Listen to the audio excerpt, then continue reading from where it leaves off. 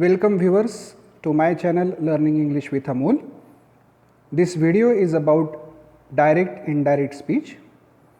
The earlier two videos were about how to convert an assertive sentence there into indirect one. Another one was how to convert the verbal questions there into indirect speech.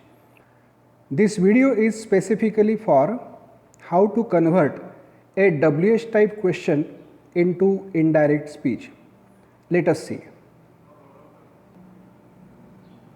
Here on the screen you can see some sentences which are specifically of WH type questions.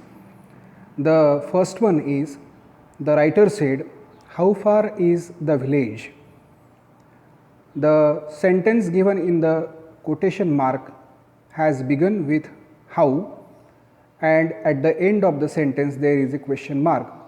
So structurally there is no doubt that whether it is a sentence of an interrogative one or an assertive one. So let us begin. As the rules we know, reporting verb said is always converted into asked, while converting interrogative sentence into indirect speech. So the writer asked, afterwards here how far, which is just a beginning of this interrogative sentence, is treated here as a conjunction.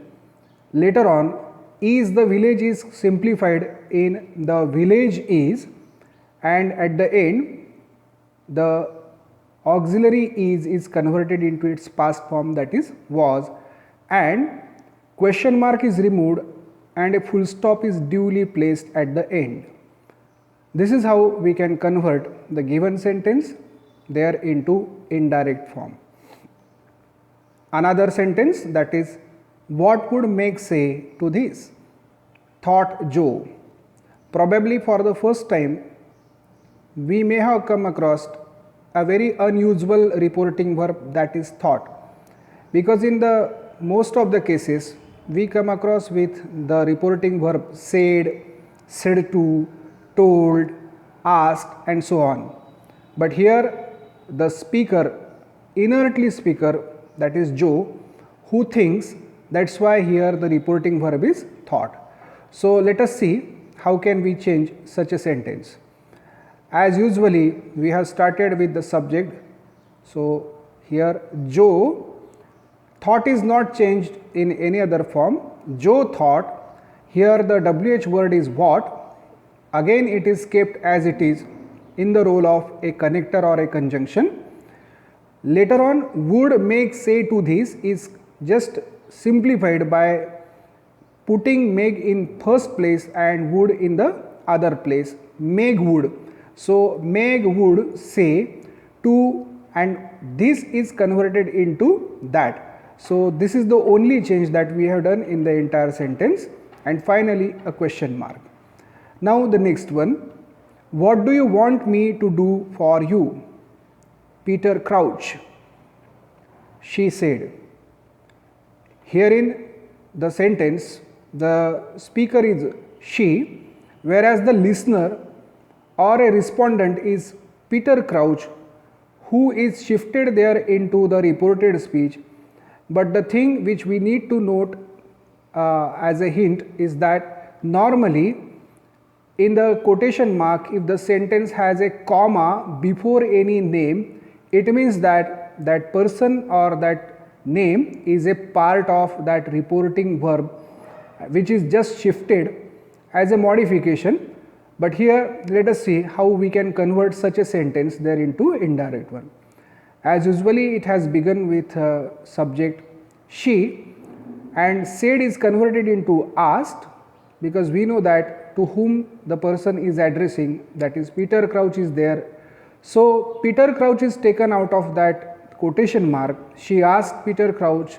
Afterwards the WH word what is kept in the role of a connector or conjunction, and later on you want me to do for you is simplified into he, want is converted into wanted, and me is here for subject she, so me is converted into her, and later on to do for, and here you is for Peter Crouch, that's why it is converted into him.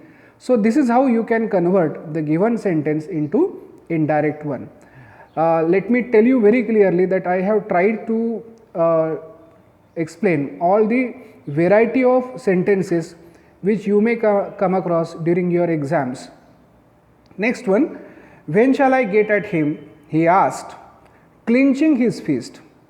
In this sentence we see that the speaker, he is there, the reporting verb is asked, already given in its final form, and afterwards clenching his fist is an additional information or the additional part which is a part of this sentence. So how can we convert such a sentence there into indirect speech? Very interesting. You can start he asked clenching his fist, or you may start clenching his fist he asked. Both the ways your sentence will remain correct. So here clenching his fist he asked. Once again, when is kept as a conjunction, and shall I is converted into I shall, but here I is standing for subject he, that's why I is converted into he, and shall will be converted into should. So normally he carries will, that's why here would is kept as the past form of will, and later on get at him at as it is, and finally a full stop. So please note the important changes which we have done during this indirect speech activity. Next and the last two sentences, why should I leave home again? The other said reflectively. Who this other we don't know, but in such a state what we do, whether he or she, that is all up to us. That's why there cannot be any challenge in case you are not sure about the person who the fellow is. So here the other said reflectively. Later on, why this word WH word is kept as a connector, and should I is converted into I should, and I here standing for other. So here I have chosen he. In case you choose she, that will be also treated right. So he should is kept as it is, leave is kept as it is because already should is there, so we cannot change its form, or of an action verb remains as it is, home again, and finally a full stop. Last sentence, that is she asked what is wrong. She asked what is wrong. Here the speaker she, already reporting verb is in its final form asked, WH is kept as it is, and is wrong is converted into wrong, and finally is converted into was.